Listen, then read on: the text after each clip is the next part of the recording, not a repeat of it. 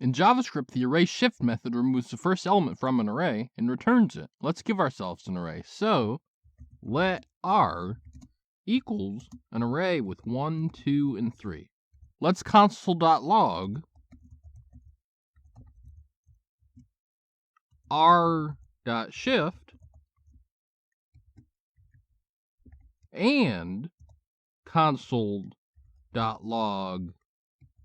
r after the call to shift.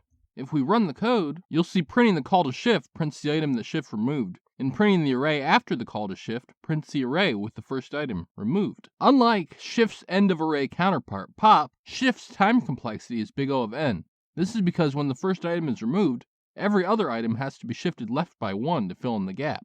Make sure to keep this in mind in programs where well-optimized speed is wanted. In JavaScript, the array_unshift method adds one or more elements to the start of the array. First, we'll need an array, so let r equals an array with 3, 4, and 5. Let's do r.unshift2. Then let's print that call out, so console.log that after console.log r after the call to unshift.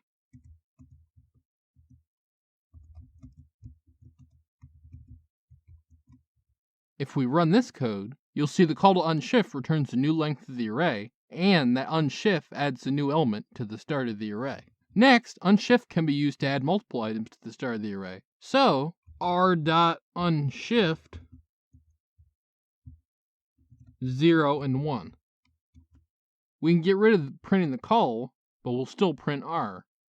If we run this code, you'll see that unshift added each element individually. Let's try one more thing so you know how it works. If we do r.unshift an array with -3, -2, and -1, what do you think will happen? Well, if we run the code, you'll see that unshift adds the array as a single array and not each element individually.